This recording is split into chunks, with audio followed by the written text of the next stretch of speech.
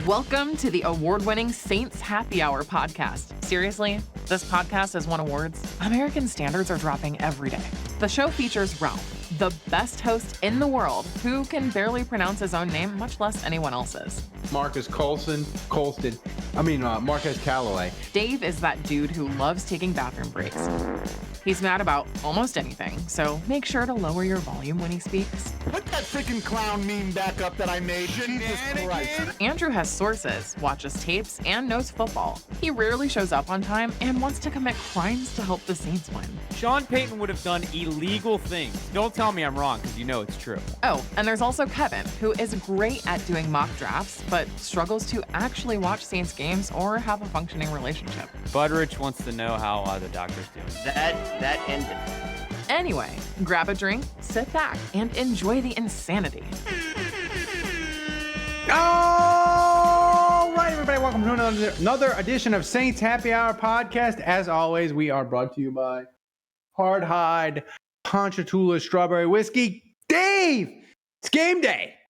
Saints are playing a Thursday night game against the Jacksonville Jaguars. So we are giving you a special game day preview. It's a combination preview of the Jaguars and a mini mailbag of questions from listeners, viewers, patrons. It's amazing. So hey, Dave, Saints are 1 point. Yeah. You're like my father-in-law. That's what he does. He goes through. He gets old and he just he goes through everybody's name until he gets to the right one. That's right. You were like, so Kev, Andrew, Dave.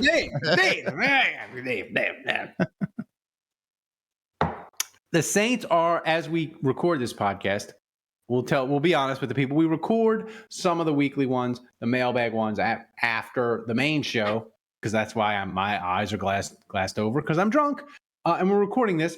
But as we're recording this on a Tuesday night, the Saints play on Thursday, but you're getting this on game day. The Saints are currently a 1-point favorite. I would expect by kickoff, Dave, that's going to be Jacksonville by a point. Wait, Maybe. Now the Saints are a 1-point favorite? A 1-point favorite. It was Jacksonville 1.5. It swung. Did that change since we just recorded the live show 10 minutes ago? I thought we ended it. It was the Saints were 3-point. No, the Saints were a 3-point favorite on Monday. They're a 1-point favorite now. Okay. So that's where we are. This game is really interesting because pick 'em. It'll probably be a pick 'em or Jacksonville a slight favorite. I mean, if it's 1 point anyway, it's a pick 'em. It's a pick 'em, yeah. I mean, theoretically. So here's the thing. The Saints offensive line is a mess. We don't know who's going to start at tackle. We don't know what they're going to do. But the Jaguars offensive line is pretty banged up. Trevor Lawrence, the Jaguars quarterback, he gets sacked way more than he has his first couple of years. I might throw up again, Dave. I'm not even going to lie. Like people that listen to this, if they haven't listened to it's a good thing we have video on this so people can see that you're people can see it. That you're hiccuping and taking a moment, taking a breath, and washing this all down with more liquor. The espresso coffee 99 proof completely defeated me.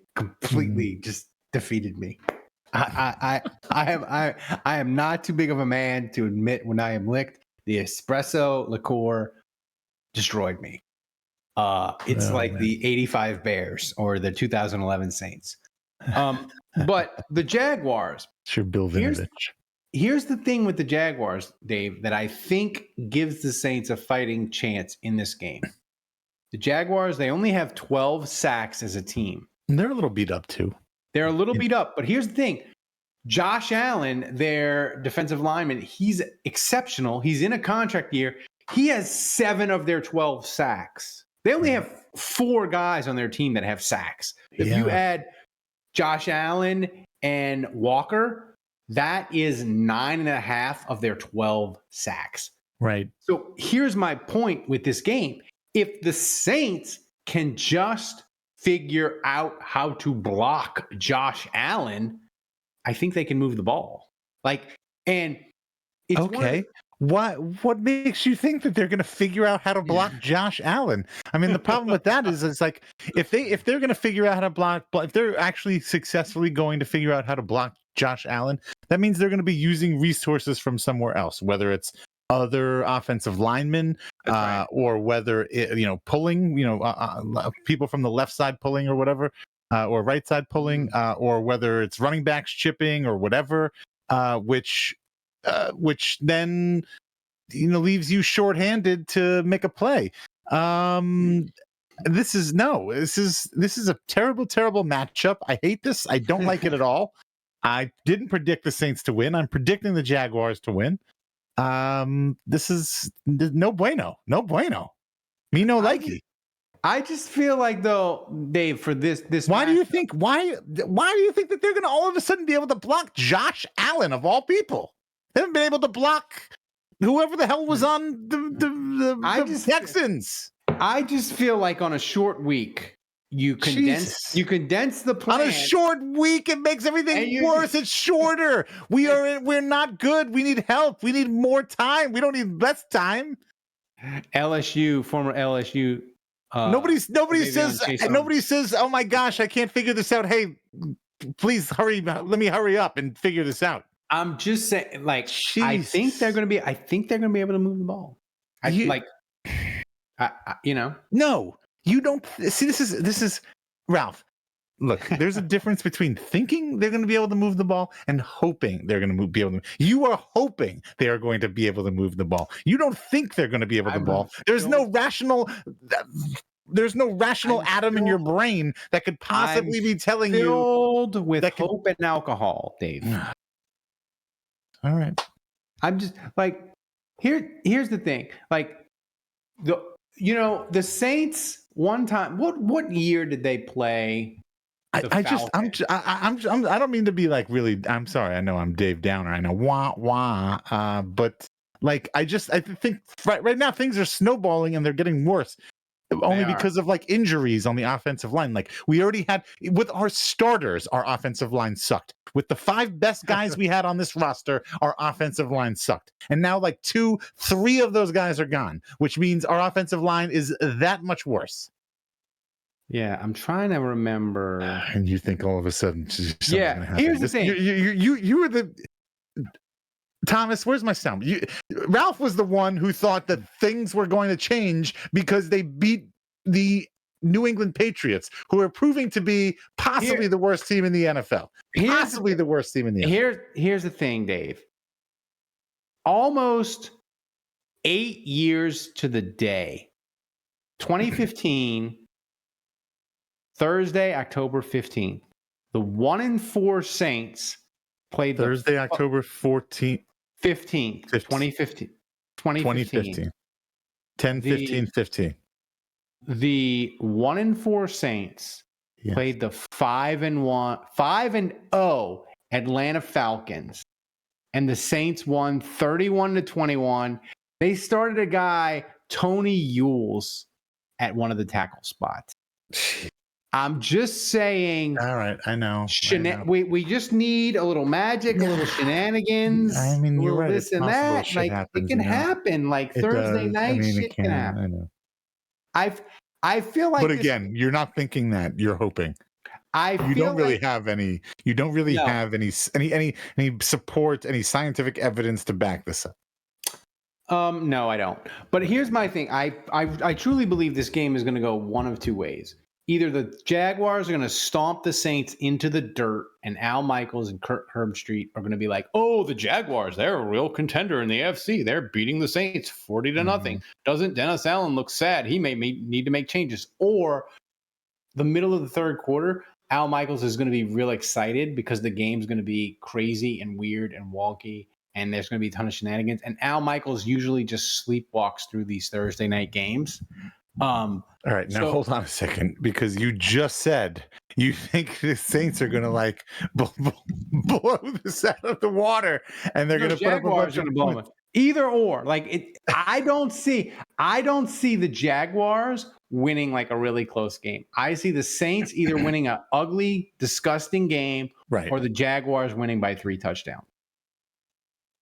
Okay, but I thought you were just saying that this was going to be like that random game against the Falcons where they started and they just, I thought they won big. Okay. All right. They won 31-20. They did kind of win big. You're right. They won 31-21. Oh, okay. Anyway. Well, let's look at this. Michael. Well, but I get what you're saying. Look, I think it's I honestly think it's going to go. I think it's going to go one of two ways, and I think those two ways are either blowouts on either side. I think either Michael the Saints are Mahdi gonna, blocked the punt and scored on. I remember. Okay, yeah, right. Yep, I remember that. That was that was like a little Steve Gleason-esque. I think either the Saints are going to blow out the Jaguars or the Jaguars are going to blow out the Saints. Oh wow. Actually, that's not true. Actually, I could see it being close. I don't know how it's going. I really don't. I have no idea. Here's the fun part. My son thinks Trevor Lawrence is a girl.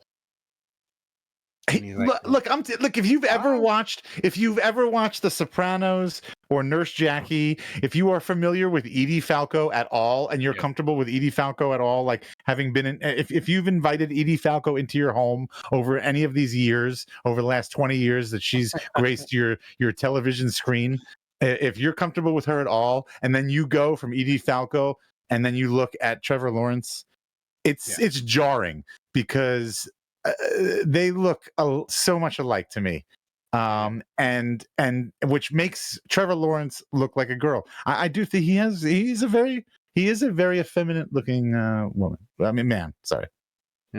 Woman. Yeah. A very handsome woman. He's a handsome woman.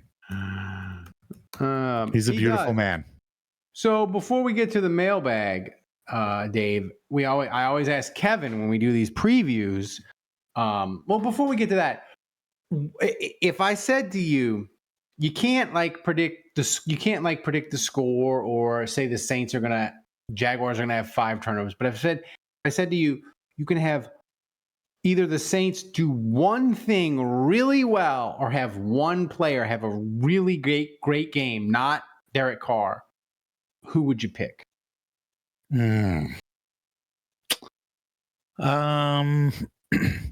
Honestly, I think I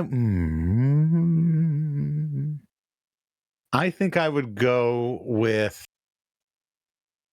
Alvin Kamara. I think if Alvin Kamara has a great game, we're talking about 1 or 2 touchdowns for Alvin Kamara, because that's, the ceiling for Alvin Kamara is 6 touchdowns. Okay, because we've seen that before. So in a primetime game. So if that's the ceiling, I think if you want to say he has a really good game, I think 2 touchdowns is good. And I think if the Saints had scored 2 touchdowns, I think they have a chance to win. Defense obviously can always play good enough. Obviously, maybe they can tack on another touchdown. Maybe Groupie doesn't totally suck it up out there and makes a field goal or 2. Maybe we get to 20 points, something like that.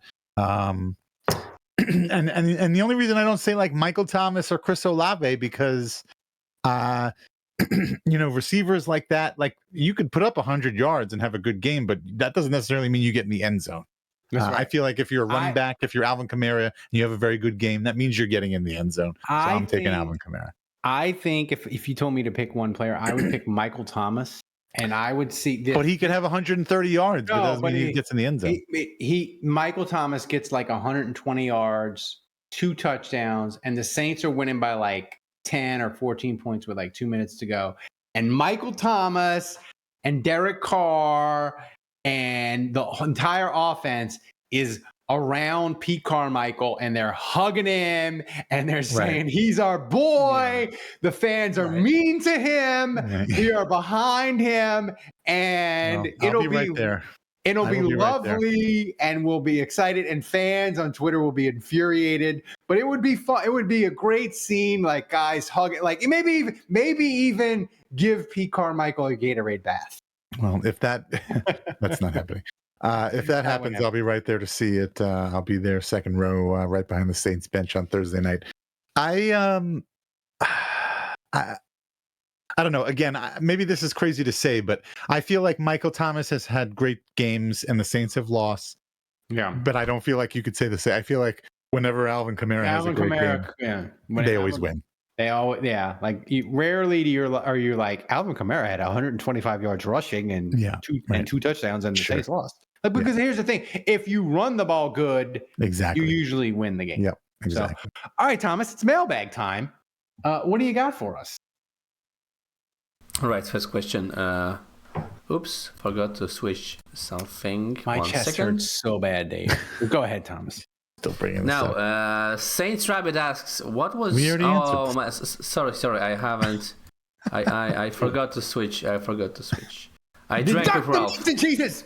I drank with Ralph. The Is there drink somebody was too else in strong. Poland who can produce our podcast? The drink was too strong. Not Alfredo asks, which position group quits on DA first? The quarterback position, Derek Carr. No. He's already He's already yelling and screaming. He's already upset. He's already hot. Seat's already hot. I think this is a tricky question because the defense didn't even quit on DA after they lost that horrible Monday night game in Tampa, right? And they had a week off and they bounced back and they won 3 in a row. So they didn't even quit after that. I would say the position that's most likely to quit, diva wide receivers. Like they just get fed up and they're like, this offense sucked. It's designed bad. Like but I don't know. Quarterback, there's only one of them. It's very easy. Only one of them has to quit, and the whole position group is quit. So I'm gonna say receiver. So what's next, Thomas? What's next? Next, you say Vince S asks, after seeing Zach Bond's interception last week, do you think he's ever run with a football before? No, I'm not sure he has. I don't think he knows how to hold a football. He was carrying that football like a loaf of bread. It was terrible. Maybe he was too excited, you know. A small baby. I mean, he was excited. It's the greatest play he's ever made in the NFL. Like, clearly, he was really excited. And surely all those guys knew that CJ Stroud did not have an interception up to that point. And he just got that first interception. Yeah, and the more I think about it, though... By the way, has that ever happened? Has a quarterback ever thrown an interception and a touchdown on the same drive? I don't know. I'm sure it has happened, but I'm sure it's very, very freaking rare, right? No, I do sort of... I mean, I do sort of disagree with Andrew. He said on the Big Show, I sort of do disagree Andrew's with an idiot. him. I do sort of disagree with him as like, hey, that didn't really swing the game. But I feel like if Vaughn hadn't have fumbled, the Saints would have had 1st and 10 at the 40. That's what I'm saying. No, I disagreed with him on the show. Yeah. I had balls, Ralph. You don't have balls, but I have balls. And I said, listen, yes. I had other things.